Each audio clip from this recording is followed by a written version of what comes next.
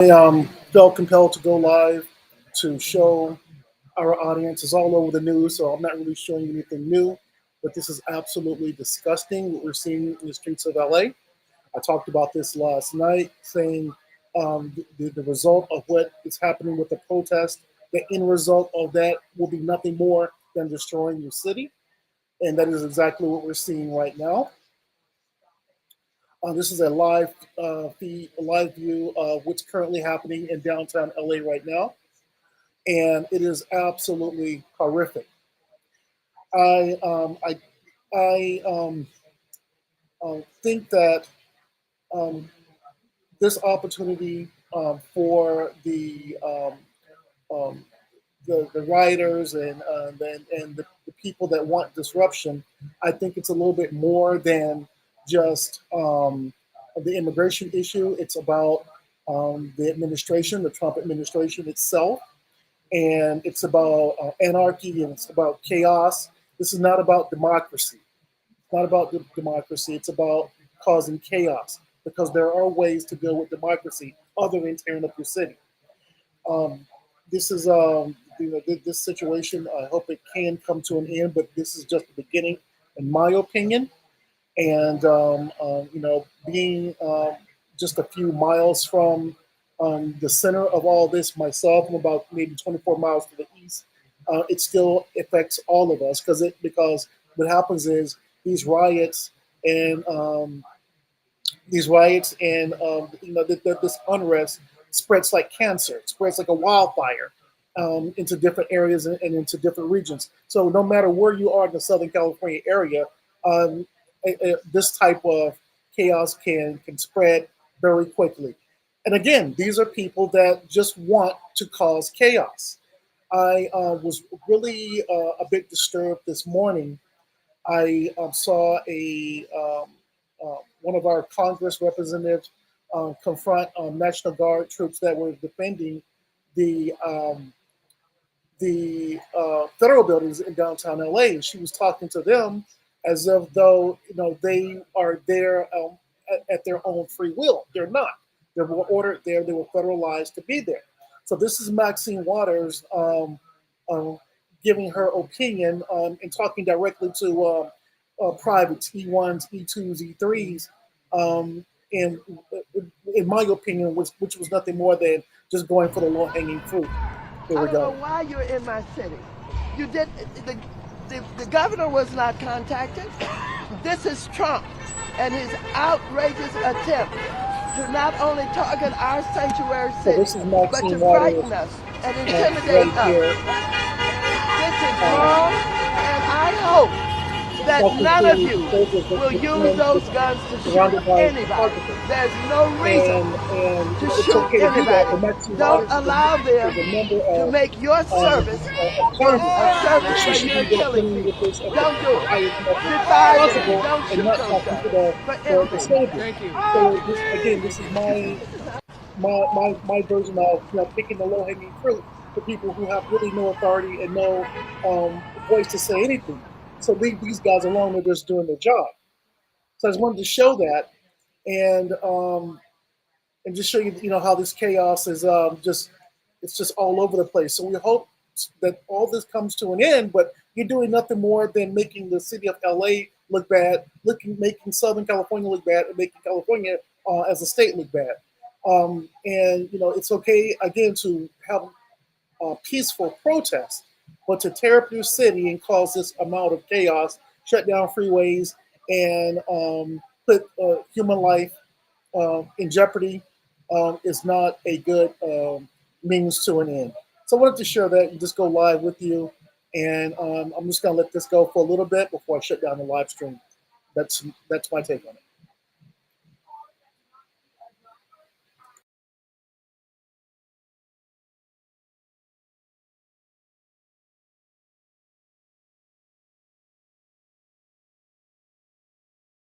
To protect federal property and to protect federal personnel, and that's what they're doing. And I kind of thought that's what they were going to do. That's the easiest route to go. And so you see them guarding federal buildings, and you may see them on the streets providing security for ICE personnel while they conduct these sweeps. That's very possible. And that's the limited role they're in now. Now, if this thing gets a lot bigger and the president decides that LAPD or basically local authorities and state authorities have lost control of the situation, then the president could declare the Insurrection Act. He could order more federal troops in to do stuff, and they could come in direct contact with people. But that's what we have now. I should clarify. You hear this in the movies all the time. Oh, they declared martial law. There is nothing under federal law that says you declare martial law. The only time I know they tried to do that was in World War II in Hawaii after Pearl Harbor.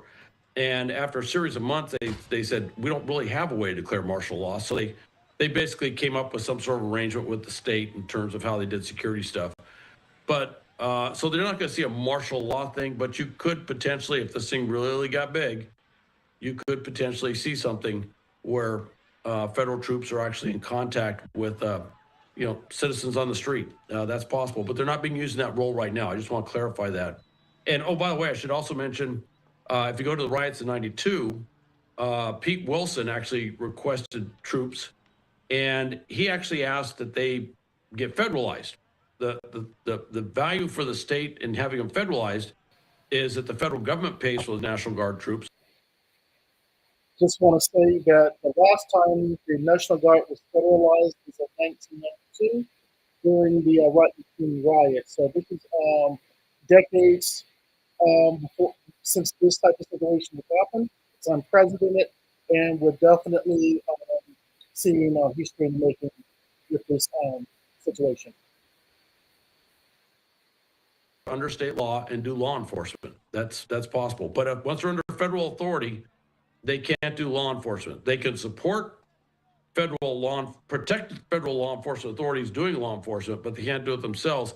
And I would point back to the early 60s in Alabama when U.S. Marshals were escorting. This was when they desegregated the University of Alabama. U.S. Marshals were escorting African-American students onto the campus. And Governor George Wallace, a staunch segregationist, called up the National Guard under state authority, and were using them to block the U.S. Marshals and those students from getting onto campus. And then President Kennedy turned around and federalized the National Guard troops that were there blocking them. And literally the general in charge of the National Guard troops had to turn to the governor and say, sir, I no longer work for you. I'm now in federal status. And the federal troops were stood down, and the students and the marshals got onto the campus. Al, we thank you for joining us. I'm Austin Westfall. Hal's been generous with his time joining us here today. We're going to continue talking you through some of the live images that we've been watching on screen. Emmerich in the room here just asked a pretty good question, and I would love your take on this. What would you say about the compare and contrast to the LA riots in '92? The images that we're seeing on our screen right now compared to what we saw during the LA riots? I got to tell you, LA, that was a whole different deal. That was much bigger. That was a city erupting. And in that situation, there was serious thought of the president declaring the Insurrection Act in that one, just because of what happened. There were parts of the city that were. I'm just going to say one more thing. The video on the screen here. Local law There is enforcement a guy on top of the underestimated the Waymo situation. vehicle They pouring deployed water badly. into the Waymo Their vehicle. threat assessment That was is the poor type on of that one. chaos I'm talking This one, about. I think they got a pretty good handle on. Chaos. Yeah, there's a lot of people on the streets. You got, on the street, as we like to say, a few knuckleheads is the term we use, that will go out there and do property damage and stuff like that. But I'm not seeing the sort of mass violence I saw back in '92. This makes no sense and at all. actually, And again, this is the it kind of makes sense in the short run. That Bringing here in federal LA, troops in to we don't provide really care that about LA. really We're going to tear strong this city security up. presence at federal buildings and federal property. I believe And in consideration that this is a federal law enforcement mission, that's one of those things that actually makes a lot of sense, is it deters potentially attacking those properties. And it could incite the crowd. On the other hand, it could say, I don't know if we want to mess with those guys. And a lot of times crowds, I've seen that done. I've actually been on the streets with law enforcement when there's crowds like this. And there's a variety of techniques to influence the crowd to go another direction and not do things they were thinking about doing. And LAPD and LA County Sheriff's has a lot of experience doing this.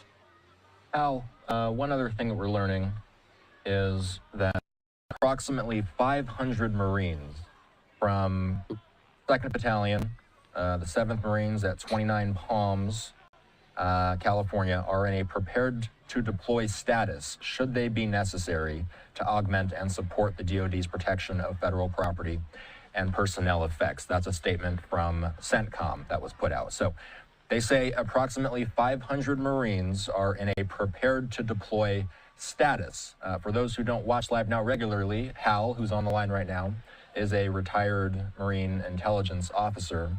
Hal, what role could 500 Marines play in something like this? And do you have any experience when you were in the Marines with any subject matter like this? Well, yes, I do. I was actually at the center of mobilizing 500 Marines to do a civil military support mission in Southern California. That was fighting wildfires.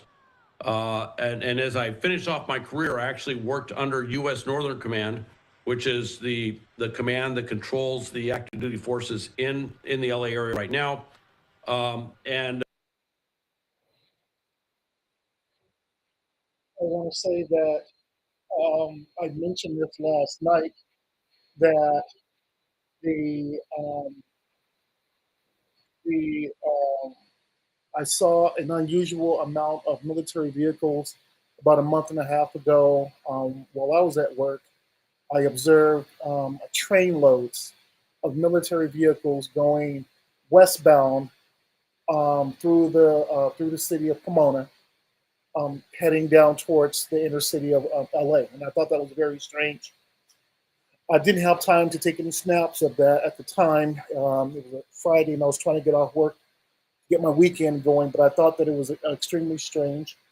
And I talked to a few of my coworkers about it, and we all had our opinion about it. But in 20 years, I'd never seen that, and it just led me to believe that the Trump administration was preparing for this particular type of conflict. They were preparing for it, and adding fuel to the fire, seeing this chaos right now happen doesn't do us any good in our own defense, because they're going to say, we knew this was going to happen. We knew it was going to happen, and that is why we prepared for this. So I saw those military vehicles a month and a half ago, 2 months ago, and I wholeheartedly believe that they were preparing for this particular type of situation. Who knows? That's just my opinion. I just find it very ironic that it's happening in the military. Today on the 101 freeway. Now we're more situated on surface streets in downtown LA. You see some of these protest signs. Hal, when we're talking about a dangerous scene like the one we're looking at right now, where we see these intermittent blasts happening, how do law enforcement begin to tackle a situation like this? You got to deal with protesters, and then you got to deal with some active fires. Where do they begin? Well, they're going to try and disperse them. They're going to try and get the crowd dispersed into separate elements so they're easier to handle, and also to contain the potential violence that the crowd could actually do. What you're seeing with these vehicles is those are electric vehicles. Those are lithium-ion batteries. As you may know, lithium-ion batteries, when they catch fire, they burn extremely hot. And actually, the fire department sometimes is a challenge putting them out. What will happen tonight when the sun goes down? I encourage everyone who is out and out towards the inner city to stay inside. Don't be a part of this. Stay safe. If you have to work tomorrow, make arrangements to telecommute, do that. But stay safe. Stay safe. Watch this commentary on social media and on television. We'll see how things happen as night falls, and will it intensify? Will it subside? We don't know. We'll find out. Sunset will be happening, in the next couple of hours. So we'll see how things go. Yes. Law enforcement, public safety has a lot of images, and all of those individuals out there that are doing acts of property damage or violence are being, and there's a lot of different ways. What I'm going to do is I'm going to go ahead and end this, and if things pick back up for Sunset, I'll go live again, and we'll do some more commentary. Again, to everyone out there, stay safe, and check